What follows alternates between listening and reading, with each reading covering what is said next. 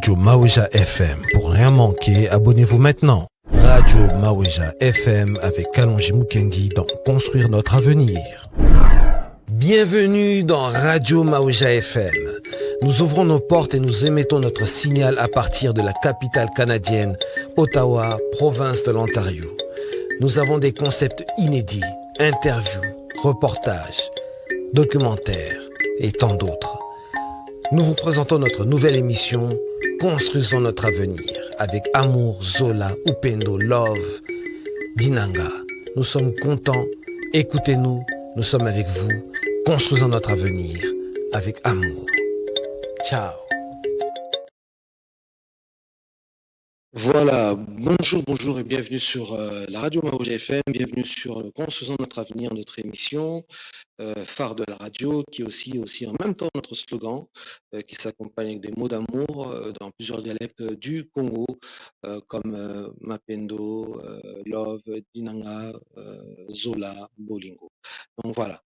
Nous sommes très contents de recevoir aujourd'hui une auteure, Mireille Mangana, qui va faire son vernissage ce 26 juillet 2025 au centre Overbrook de midi à 15h. Alors, je vais tout de suite lire le titre, La corrélation entre les défis de l'intégration des immigrants francophones, leur santé mentale et leur bien-être individuel. Voici le livre.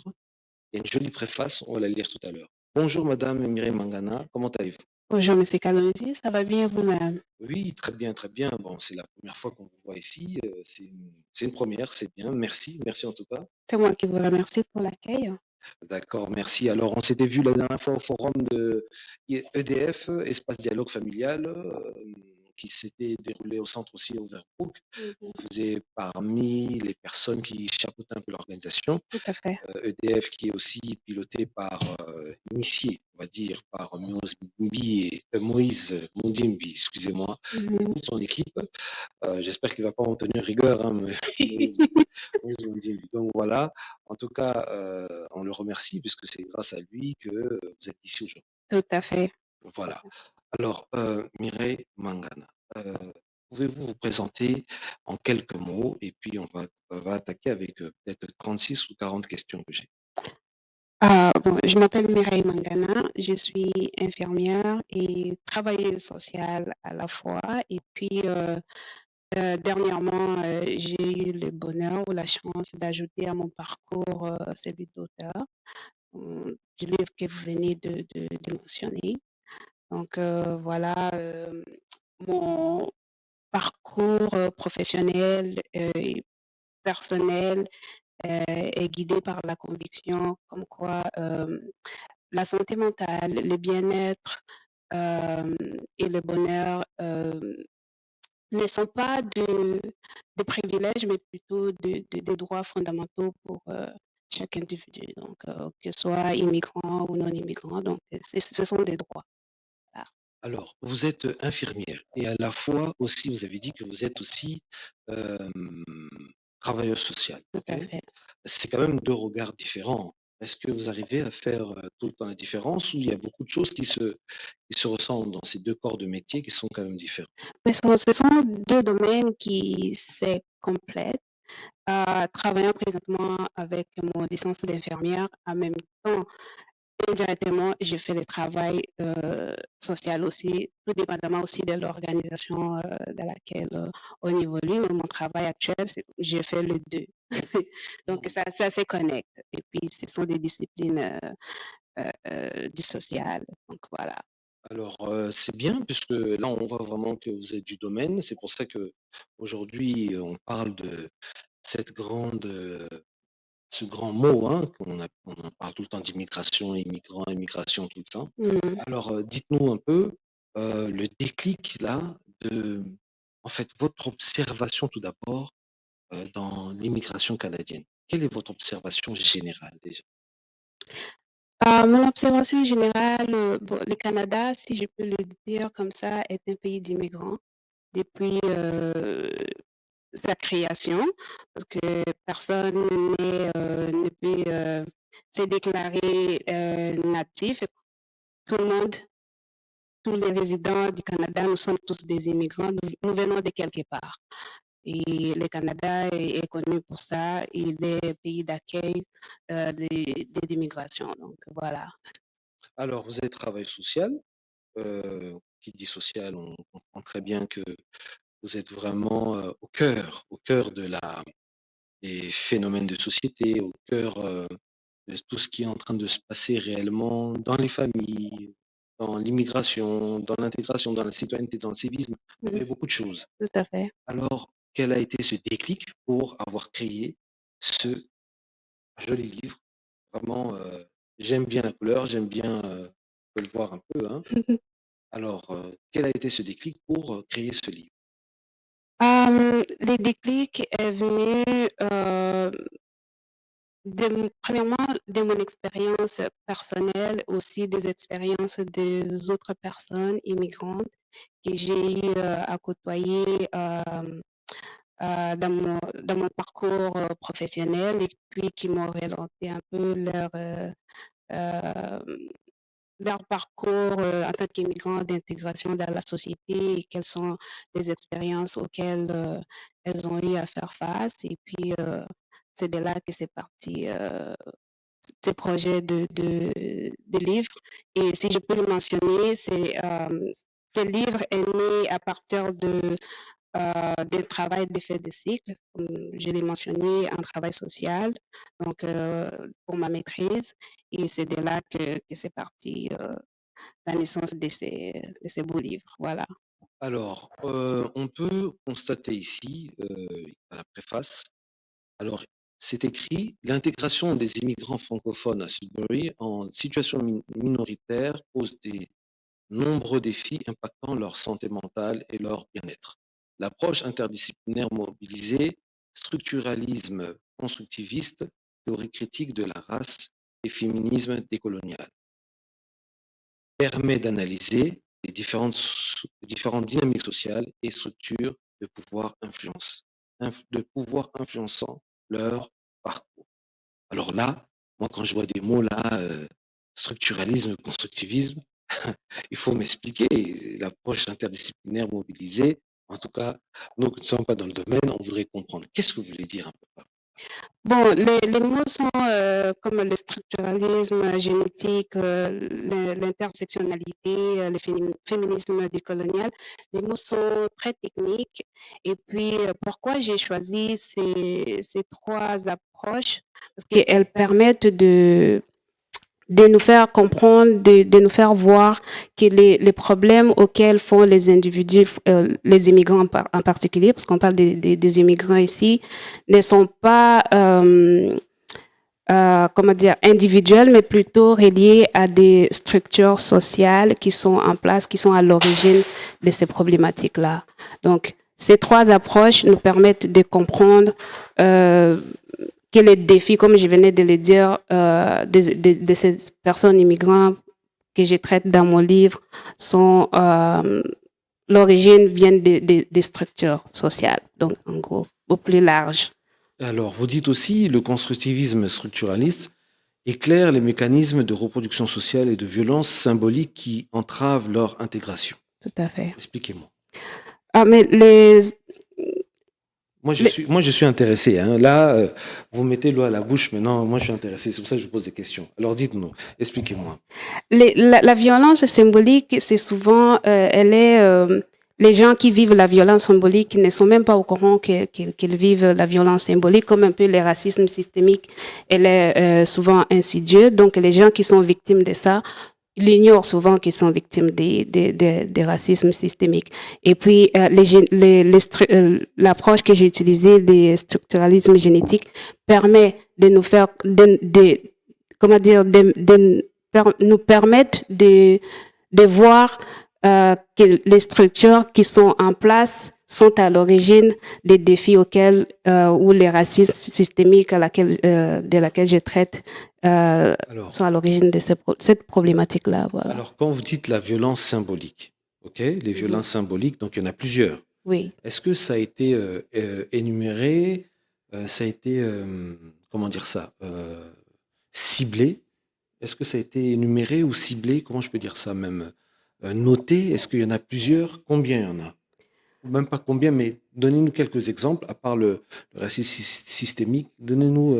Bon, ça, peut-être en évoluant dans notre interview, je vais les mentionner plus tard, mais ça fait partie aussi, on peut parler des inégalités sociales, on peut parler, par exemple, des problématiques qui ont des personnes immigrantes ont de la difficulté, par exemple, qui viennent d'arriver de d'autres pays et puis avec des diplômes étrangers, ils arrivent ici, ils ont de la difficulté à faire reconnaître leur diplôme. Donc, ils se revoient dans l'obligation de faire une reconversion professionnelle, par exemple. Des étudiants internationaux qui ont mentionné, ils ont eu de la difficulté quand ils arrivent à trouver un logement, parce que quand tu cherches un logement, certains propriétaires vont demander d'avoir une histoire de crédit, on dit, oui, voilà. Donc, tout ça, en fait, c'est des choses qu'on est en train de vivre, Oui, qui sont insidieux, qui sont fourbes, on va dire, ou ils bien sont difficiles à voir à l'œil, mais c'est là. oui, difficiles à cerner. Ok. Oui, voilà. Et comment ça se passe quand c'est comme ça? C'est des personnes qui sont dans le social, comment vous avez pu, c'est votre propre étude à vous, ou bien c'est des choses déjà qui sont déjà énumérées depuis bien longtemps? Mais c'est des choses qu'on voit et puis on l'ignore. Hmm. On les vit, mais nous, en tant qu'individus, si on ne connaît pas, on n'est pas dans le domaine, comme vous venez de le dire, on ignore qu'on vit cette réalité-là où on a été victime, par exemple, du racisme systémique. Assez souvent, en étant en conversation avec d'autres personnes qui connaissent la chose et puis en discutant, c'est là qu'on va, les déclics viennent. Ah oui, j'ai vécu une telle histoire. Donc, ah oui, c'était la violence, les racismes systémiques, par exemple. Donc, en fait, vous dites par là qu'il y a des personnes qui vivent des violences symboliques Oui, tout à fait. et qui ne s'en rendent pas compte, mais qui expriment un mal-être en eux, en fait. Tout à fait. D'accord. Et le fait d'avoir écrit ça et le fait d'en parler, ça peut quand même plus ou moins soigner. Ou ouvrir les yeux à certaines personnes, oui. D'accord. Et en tant que travailleur social, vous avez été déjà amené à voir ces genres de personnes-là? Oui, tout à fait. Alors, dites-moi. Je veux un cas. Comment ça se passe? Mais tu vas voir, par exemple, là où je travaille présentement, où je reçois différentes personnes qui viennent principalement de notre continent, qui ont notre peau et puis qui vivent des réalités. Quand je compare avec des personnes qui se disent, bon, entre guillemets, des souches d'ici, tu vois que ce sont deux mondes, deux poids, deux mesures. Donc voilà. D'accord. C'est une bonne chose. Alors, maintenant, on va revenir un peu sur l'écriture. Oui. Alors, comment ça se passe? Puisque on sent qu'il y a beaucoup de recherche. Oui, tout à fait. Okay. De la recherche. Maintenant, comment on met ça en œuvre? Ça vous a pris combien de temps pour écrire un livre comme ça déjà? C'est un projet si je peux dire, 4 années de travail acharné, de recherche, de lecture. Et puis, comme je l'ai mentionné au début, c'est un livre qui est né d'un projet d'un travail de fin de cycle. Donc, j'ai eu à travailler avec des directrices qui ont été formidables et m'ont accompagnée du début à la fin de mon travail. Donc, c'est la recherche. Donc, j'ai eu à faire des entretiens avec 11 personnes, principalement des immigrants francophones, comme c'est mentionné dans le livre, dans la grande région de Sudbury. Et puis, toutes ces personnes-là se retrouvaient dans des situations complexes par rapport à leur processus d'immigration et puis traverser des périodes vraiment difficiles. Donc, voilà. C'est à partir de leur expérience qu'ils ont partagée avec moi qu'est né cet ouvrage. Qu'est-ce qui a été le plus difficile pour concrétiser tout ça?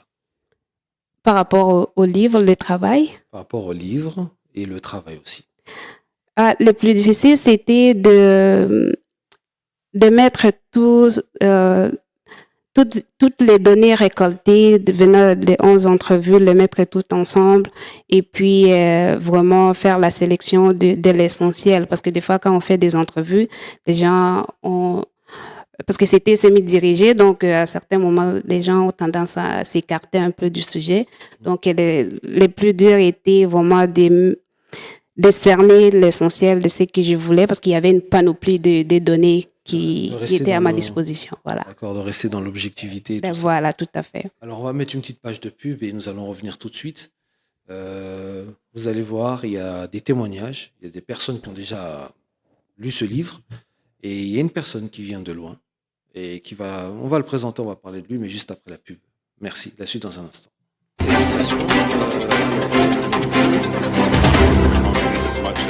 Radio Maouja FM. Pour rien manquer, abonnez-vous maintenant.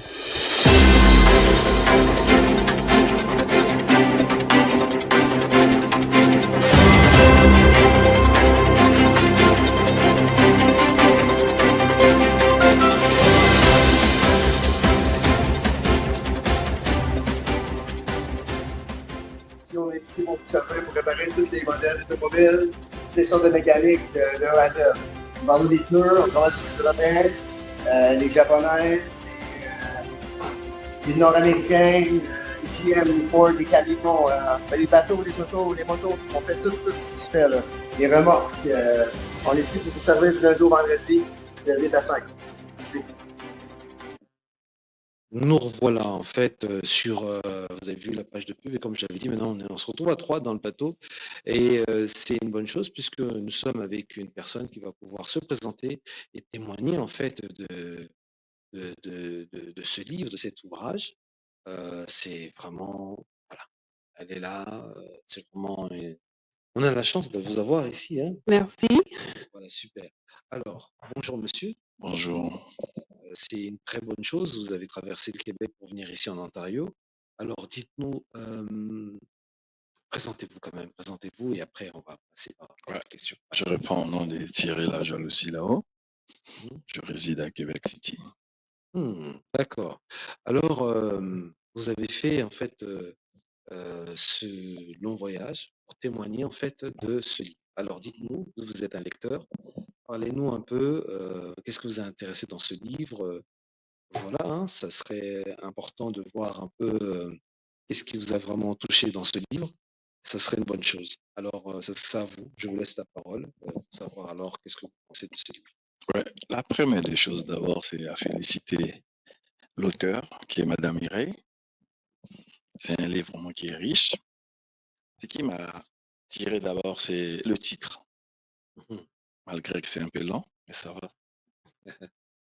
Il est la corrélation entre les défis et l'intégration des immigrants francophones que je suis, leur santé mentale et leur bien-être individuel. D'accord. Alors, parlez-nous un peu. C'est quoi? Alors, vous êtes un lecteur, vous êtes plongé quand même dans ce livre. Qu'est-ce qui vous a un peu intéressé dans ce livre? Bon, elle a parlé des réalités que nous, étant migrants, que nous connaissons ici. Mais si j'avais lu ce livre dès mes premières semaines du Canada, j'allais être une autre personne. Ok. Parce qu'elle a parlé des réalités qui touchent notre société. J'ai parcouru presque tout le livre, mais c'est à partir de page 34 jusqu'à 38, là où je me suis retrouvé. Si nous pouvons lire ensemble avec vous, vous allez voir. Oui. Donnez-nous les pages. Il y a 34. Ce qu'on fait comme à l'église, hein. À l'église, on ouvre, hein. Alors, voilà. Alors, c'est quoi? Voilà. Page 34. On commence à partir de 34. 1.3.1. Oui. Tendance à l'installation dans des grands centres urbains. Ok. Allez. Diverses recherches dont Pouet de Soulière 2018, Statistique Canada 2004, c'est ça, hein, Yeah. et montre la grande majorité des nouveaux arrivants ont tendance à s'installer dans les grands centres urbains et on retrouve une grande diversité de communautés culturelles. Cette tendance s'explique par le fait que les nouveaux arrivants veulent trouver de leur nouveau dans leur nouveau pays d'établissement leurs conditions de vie similaires auxquelles ils étaient accoutumés dans leur pays d'origine, renforçant davantage le phénomène de ghettoisation. Mhm. C'est le mot de ghetto. Ok. Ouais. À partir de nos sources, c'est-à-dire de l'Afrique, là où nous revenons, arriver ici au Canada, les choses sont différemment. Mm. Ouais. Premièrement, les conditions de vie. Mhm. Deuxièmement, la culture. Il y a un homme sage qui a dit, si vous arrivez quelque chose, il y a quelques points qui vont vous affecter. La culture, la nutrition, la langue. Ces 3 points, ça bouleverse la santé humaine. Donc, vous êtes passé par là et c'était... Bien sûr, C'était- côté nutrition, n'en parlons même pas, presque le sucre est partout.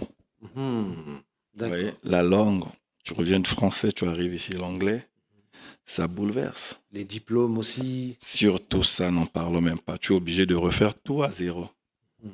Et si tu n'as pas le courage, t'es cuit.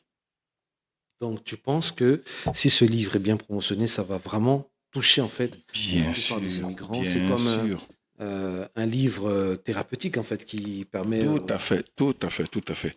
Allons-y un peu dans la page 37. 37, Il y a 37, 1.4. 37, 1.4. Il y a- Alors, 37, 1.4. Les défis d'intégration et santé mentale. Ça, c'est le sous-titre. La population canadienne née à l'étranger ne fait qu'augmenter. C'est le phénomène de l'immigration de masse dont nous avons parlé ci-dessous. Mhm. Comme nous l'avons également mentionné, le Canada a atteint le seuil de 38 millions d'habitants en 2022. Mhm. Les citoyens par naturalisation et les résidents permanents représentent 9,3 millions de personnes, soit plus ou moins 25% de la population canadienne.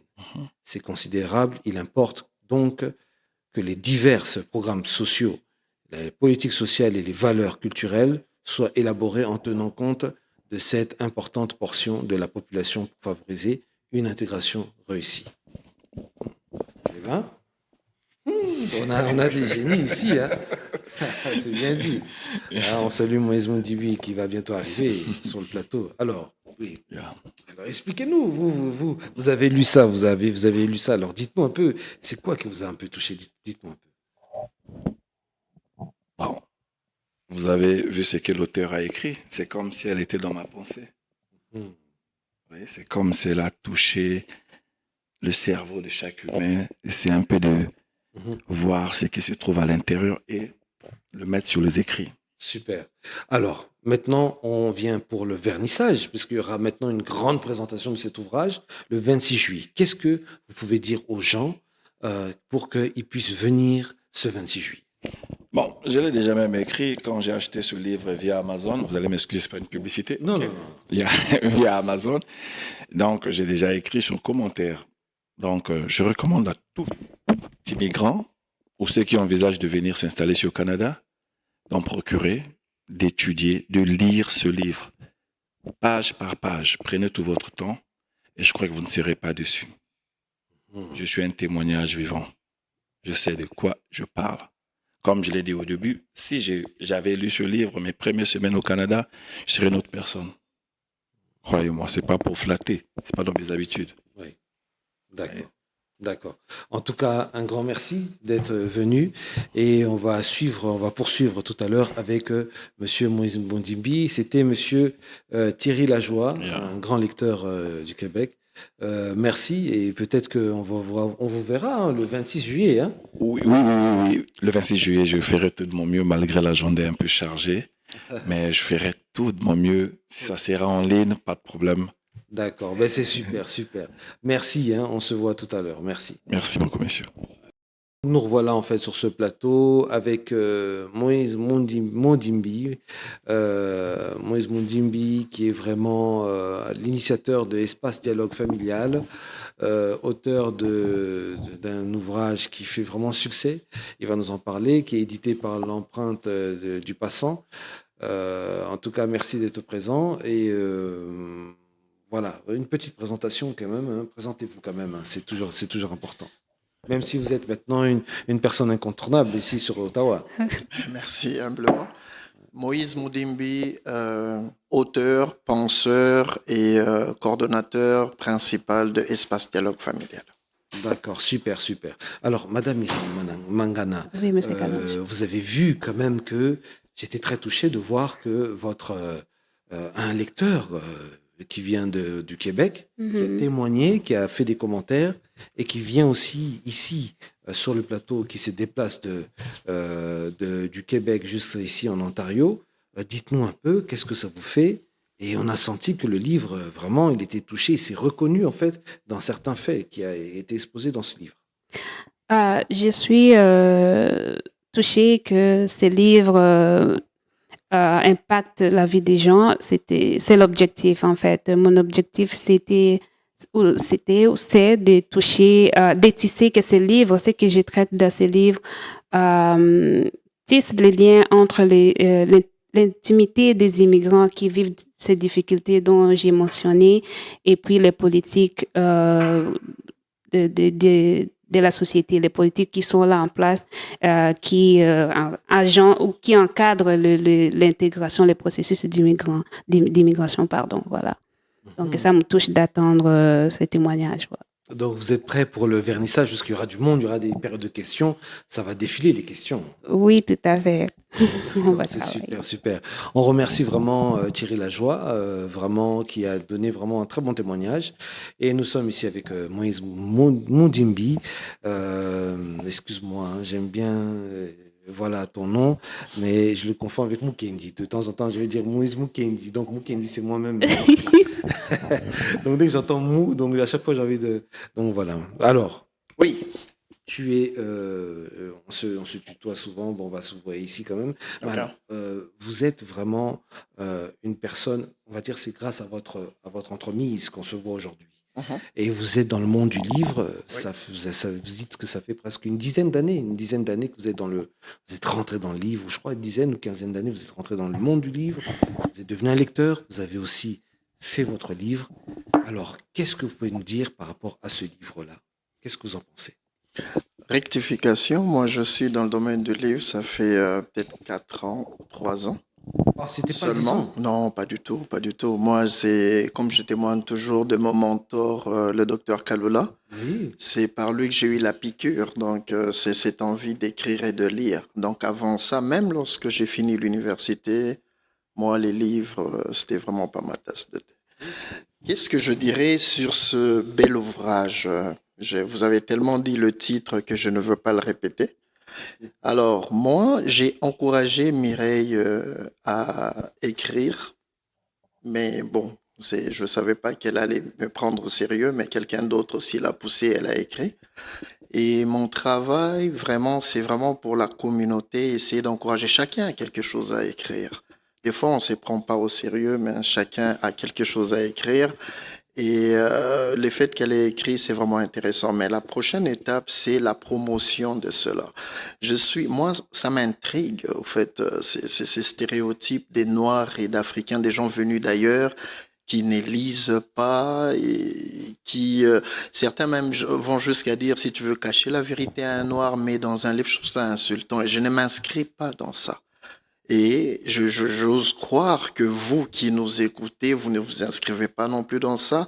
Alors, il est de notre responsabilité de promouvoir ces genres d'initiatives. Ça m'intrigue.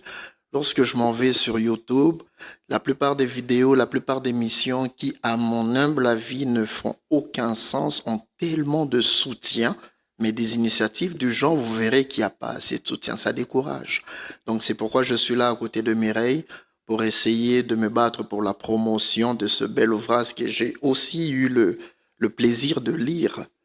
Donc oui, moi ce qui m'a vraiment capturé, si vous pouvez me permettre d'entrer dans le vif du sujet, c'est le fait de constater au fait que d'abord le Canada est un pays très disproportionné. 2/3 de la population canadienne vivent dans les 2 provinces, Ontario et Québec. Et comment l'auteur a développé ce phénomène de ghettoïsme, au fait. Nous venons Il y a tellement d'opportunités dans d'autres provinces, dans d'autres villes. Le Canada offre, il y a des villes qui offrent de bourses pour qu'on aille travailler là-bas. Mais on se sent tellement confortable dans un milieu d'immigrés.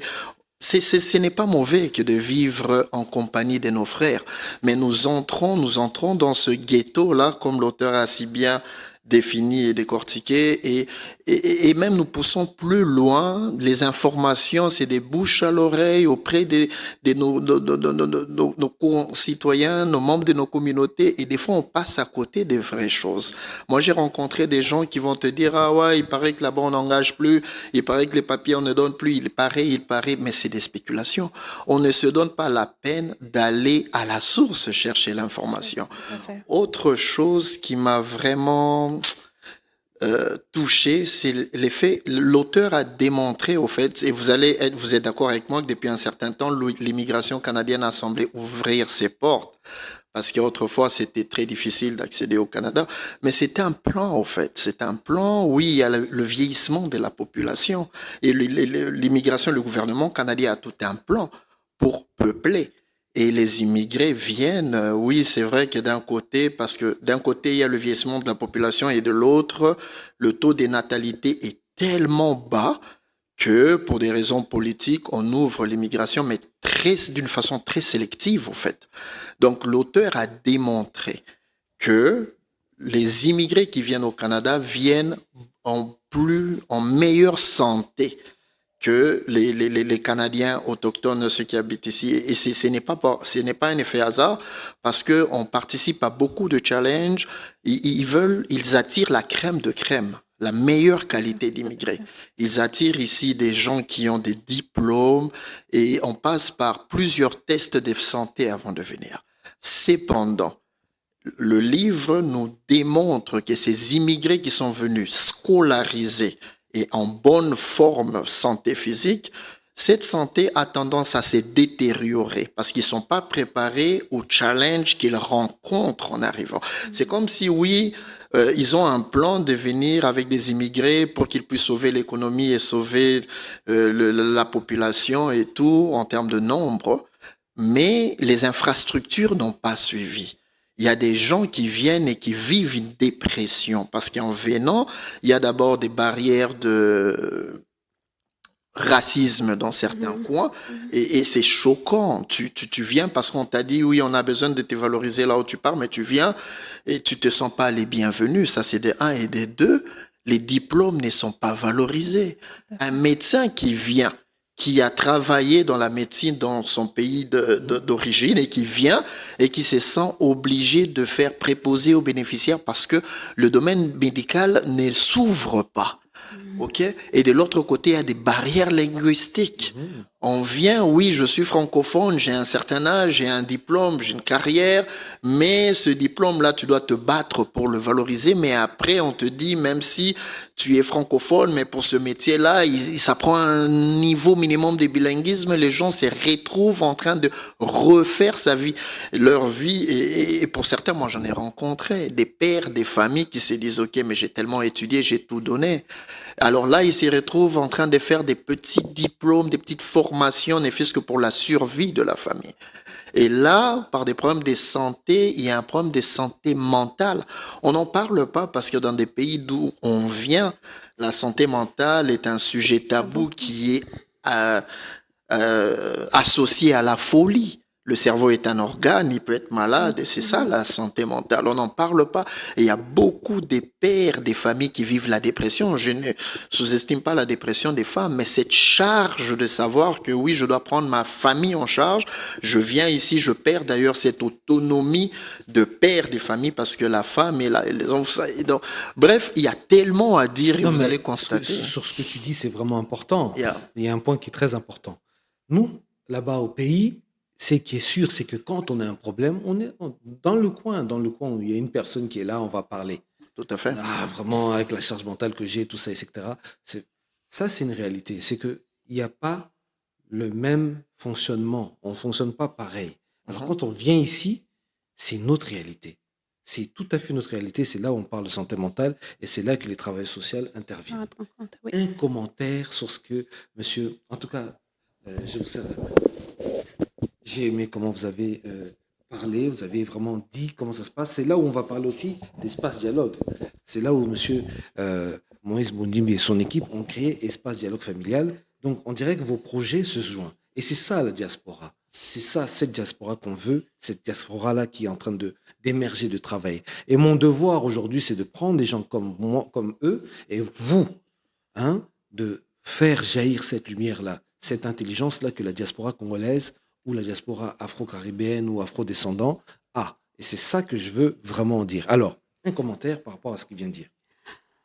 Moïse a mentionné beaucoup de choses que je traite dans le livre et puis principalement par rapport à l'immigration où le Canada ne sélectionne que la crème des crèmes et puis une fois arrivé ici, ces gens-là à cause des difficultés qu'ils rencontrent, leur état physique et mental se détériore.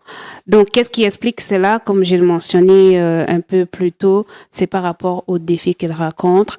Et puis aussi, dans les livres, oui, j'ai ciblé une région en particulier qui est une région anglophone majoritairement, mais il y a aussi des francophones. Mais cette réalité-là peut être transposable dans d'autres régions canadiennes, comme la grande région d'Ottawa, Gatineau également. Et puis, les difficultés sont les mêmes. Vous allez à Montréal, vous allez retrouver un médecin ou un avocat, par exemple, il y avait un bon boulot au pays, arrivé ici. Il doit faire les taximènes pour pouvoir subvenir aux besoins de la famille. Donc, tout ça, comme Moïse l'a mentionné, ça joue sur le bien-être général, dont la santé mentale. Voilà. Alors, maintenant, ici, nous avons Espace Dialogue Familial. Et ici, nous avons une travail social qui vient de faire son ouvrage. Monsieur aussi a fait son ouvrage. Parle-nous encore de cet ouvrage, s'il te plaît, qui fait succès. Il faut que tu en parles. Et j'aimerais savoir après ça, est-ce que vous allez faire un projet commun pour que les choses soient encore bétonnées, donc vraiment ça soit vraiment quelque chose de puissant? Alors, je commencerai par la dernière question. Oui, nous faisons déjà quelque chose en commun. Mireille fait partie des administrateurs de Espace Dialogue Familial. Elle fait partie de la boîte. Le succès qu'on avait au dernier forum, on le lui doit. Elle a travaillé dessus. Et pour votre information, elle est déjà en train de travailler activement sur notre 4e forum. Parlons de mon ouvrage. Désolé. J'ai écrit sur comment prévenir le divorce, perspective des familles africaines immigrées au Canada. J'ai écrit cet ouvrage après avoir expérimenter le divorce moi-même. Après cela, j'ai réfléchi sur moi. J'ai pas voulu tomber dans le piège de ceux qui veulent pointer du doigt l'autre partenaire. C'est toujours sa faute, ce n'est jamais la faute de soi-même. L'introspection. Exactement. J'ai réfléchi sur moi et en réfléchissant sur moi, ce n'était pas pour aller écrire. Et après, je me suis dit, waouh, c'est formidable de réfléchir sur soi et d'être honnête envers soi-même. J'ai voulu lancer un concept comme des alcooliques anonymes, c'est-à-dire parler aux hommes. Okay? Moi, mon objectif, c'était vraiment parler aux hommes et je fustige un peu cette mentalité assez simpliste des hommes venus d'ailleurs qui, lorsqu'ils connaissent le divorce, c'est la faute de la femme sur 2 points. Soit c'est parce que c'est pour l'argent des enfants, ou c'est parce qu'elle est venue ici en Occident, l'Occident lui est monté sur la tête et tout, c'est pourquoi tu dois aller chercher notre femme au bled. Donc il y a tellement à boire et à manger, j'ai traité de ça dans mon livre. Bref, on a écrit ce livre-là. On n'est pas entré puisqu'il ne s'agit pas de cet ouvrage. Alors, le livre en soi a 3 chapitres. Je parle à 3 catégories de personnes. Ceux qui ne sont pas encore engagés, soit dans le mariage, soit dans une relation sérieuse, c'est pour apprendre à poser des vraies questions. Des fois, on se marie, mais c'est pas pour des bonnes raisons. Combien de fois on a entendu « Ah ouais, toi, il a maigri, il mange pas bien, marie-toi. » Comme si tu allais épouser un chef cuisinier et puis après que tu te sois marié, qu'est-ce que tu fais? Donc, ceux qui ne sont pas encore mariés, apprendre à poser des vraies questions, réfléchir sur des vrais enjeux.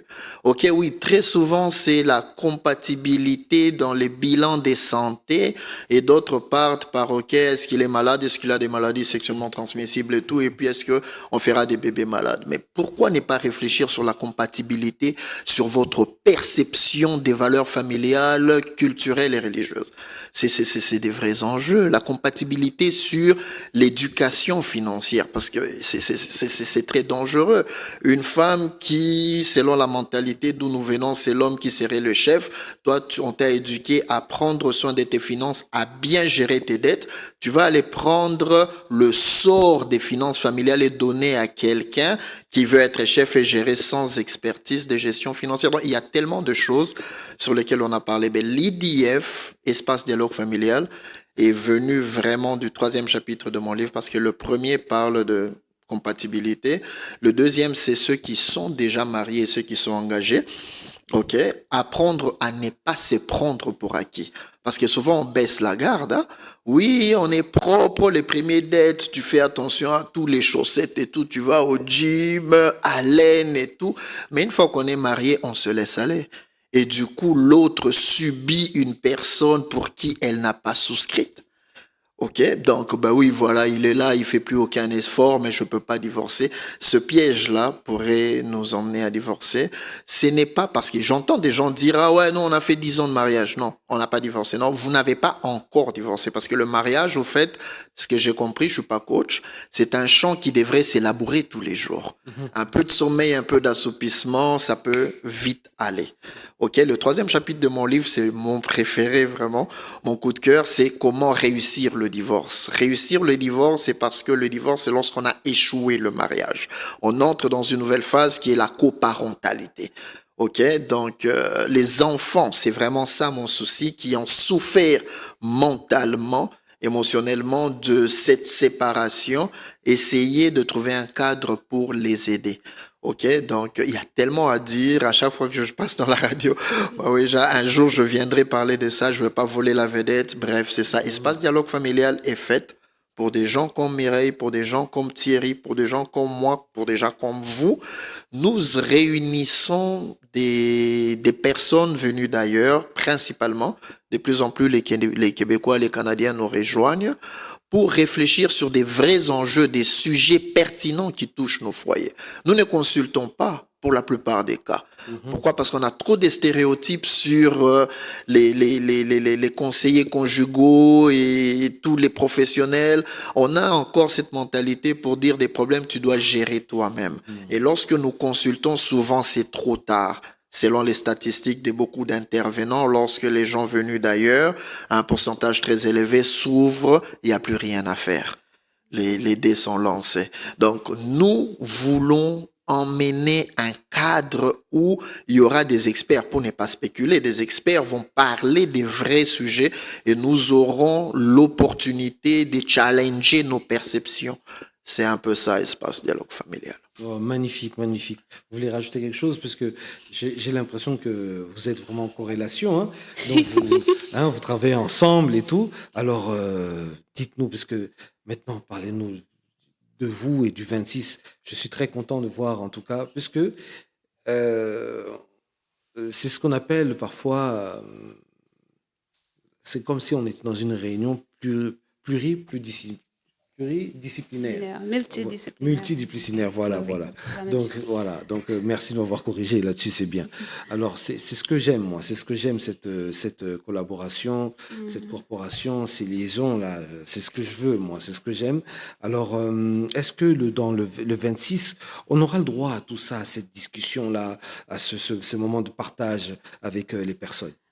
Oui, tout à fait. Le 26, on aura amplement du temps pour décortiquer dans son intégralité l'ensemble des livres, aller vraiment point par point, et puis qu'on pourra répondre à toutes les questions, et puis voilà. Alors, vous vous sentez prêt? Comment vous vous sentez pour le 26? Excité, et puis enthousiaste. D'accord. Alors, il y en a ici qui parlent beaucoup de langues. Hein. Vous parlez combien de langues? Français, anglais, lingala, parce que je suis congolaise, et puis... Alors, c'est très bien, puisque... Non, il y a une langue. Les qui t'étaient là, parce que je suis une tétée là de... d'accord. Voilà. Donc, 4 langues. Oleko? Pardon? Oleko, c'est pas bonjour? Oleko. Oh, Moyo, ah, moyo. Ah, moyo. Ah, d'accord, c'est raté.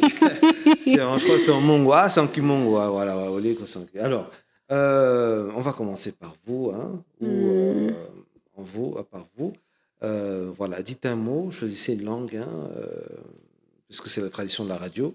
Il faut choisir une langue de chez nous pour s'exprimer, pour dire aussi à tous ces immigrants, hein, il faut le dire, hein, ces immigrants qui sont comme nous, là, aujourd'hui, qui sont intéressés par ça, et peut-être qu'ils vont bien comprendre le message que vous avez dire pour les invités le 26. Donc, vous pouvez parler en lingala ou en kitete, là, les deux, ce serait bien. Et vous, je sais que vous avez le swahili dans les os. Hein? Alors, vas-y. Bon, avant peut-être que je dise ce que vous demandez là dans l'une des langues de notre pays, je voulais juste réitérer un peu l'objectif de cette œuvre. Ça vise à mettre en lumière les réalités que vivent les immigrants qui se retrouvent dans des contextes doublement minoritaires, c'est-à-dire linguistiques, racialement, culturellement. Et puis, oui, le Canada est un pays d'immigration. Il accueille les immigrants.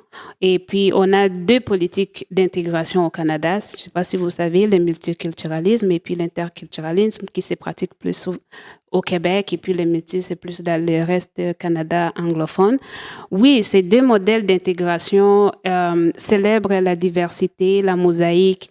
Mais je trouve, selon mon analyse, mon opinion, que ces deux modèles sont myopes, c'est-à-dire ferment les yeux par rapport aux structures sociales qui sont à l'origine des inégalités, dont les défis que vivent les personnes immigrantes francophones, lesquels je traite dans ce livre.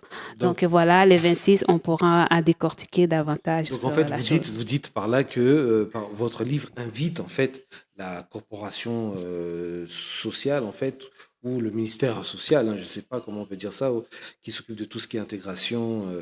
Vous les invitez en fait à faire une réactualisation sur les faits qui sont marquants ici. Oui, tout à fait, parce que c'est les réalités que vivent les personnes immigrantes, donc la responsabilité doit venir des décideurs politiques pour adapter les politiques sociales pour pouvoir bien servir ces personnes-là, qui s'adaptent convenablement dans leur pays d'accueil. Voilà.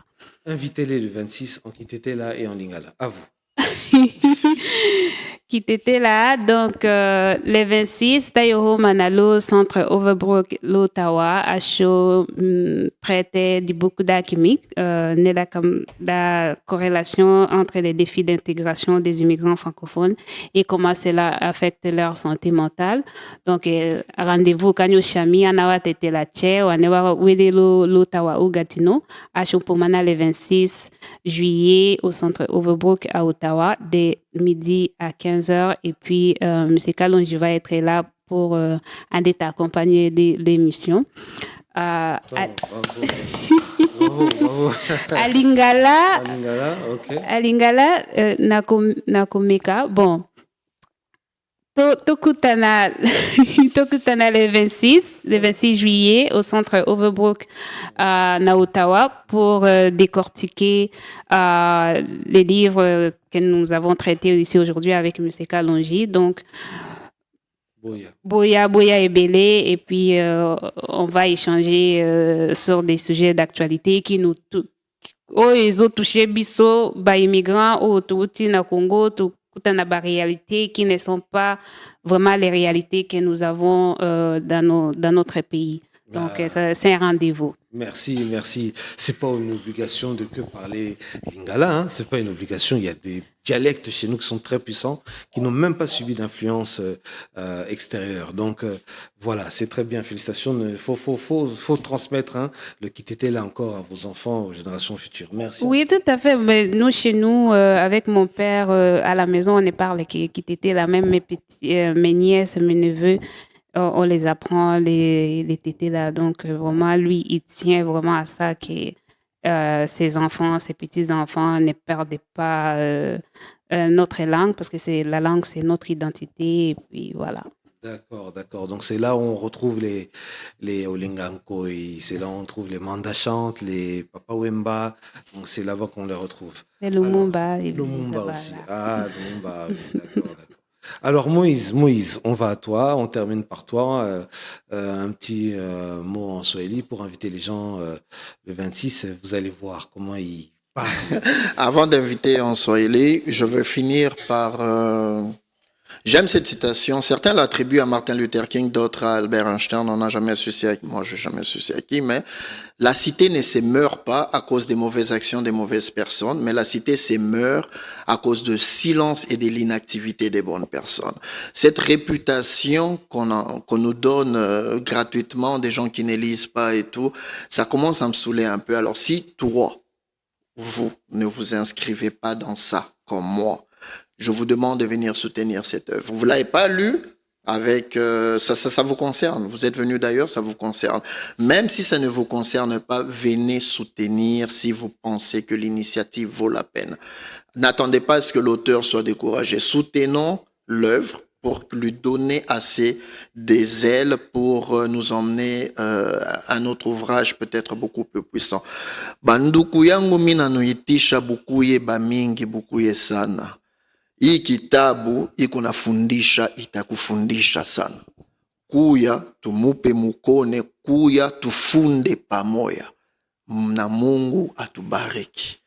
Samedi le 26 juillet. Soyons là et soyons à l'heure aussi, hein, parce que des fois on vient, mais bon, on vient juste parce que Moïse nous a appelé, utakuya parce que banakuitisha, unakuya tuju baone kama uikuwa pale, na unakuya kumwisho, unakuya parce que baisha kwanja.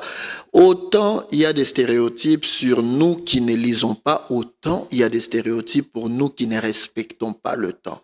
Venons ensemble avec cette équipe, ensemble avec nos amis d'IDF, ensemble avec vous-même, essayons de démontrer que ces stéréotypes-là, on nous l'attribue gratuitement et faussement. Merci. Voilà, j'ai appris des langues aujourd'hui, j'ai appris des moyos, j'ai appris des kuya. Kuya, libéré. Voilà, ça c'est une bonne chose. C'est très bien. Alors voilà, j'ai retenu beaucoup de choses aujourd'hui. Moi-même, ça c'est des choses, hein, c'est le social, ça nous touche tous. Rien n'est acquis sur cette terre. Ça c'est très important, il faut le retenir. Et ces gens nous ramènent toujours dans la direction de l'humilité. Nous avons vu aujourd'hui M. Thierry Lajoie qui a fait son témoignage, c'était très touchant. Le livre aussi parle de beaucoup de choses. Je vous invite vraiment à prendre le livre, à l'acheter sur Amazon. Voilà, super, il est là. Hein. Donc, vous le voyez. Donc, je vous invite à le faire. Le 26 juillet, c'est de midi à 15h. Soyez à l'heure, soyez nombreux, soyez là. Montrez que nous sommes aussi un peuple intelligent, un peuple qui s'intéresse vraiment, qui est un peuple responsable, puisque ça nous concerne, comme il vient de dire M. Moïse Mundimbi. Alors, nous, chez nous, on dit, il n'y a pas de mauvais groupes, mais qu'il y a des mauvais chefs. Donc, il faut savoir que vous êtes né avec quelque chose, vous êtes doté de quelque chose. Vous tous, il n'y a pas quelqu'un qui est meilleur que soi, mais il faut juste écouter et être responsable de ce qui se passe. Quand il nous arrive quelque chose, c'est pas tout le temps tous les autres, c'est pas toujours la faute des autres. C'est mieux de s'interroger, de faire une introspection, et c'est là qu'on devient meilleur, on devient une meilleure version de soi-même. Merci, c'était la Radio Maweja. Merci à Moïse Mundimbi, merci à Thierry Lajoie.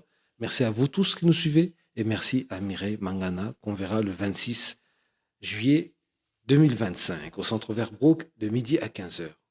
Allez, bye bye. Si.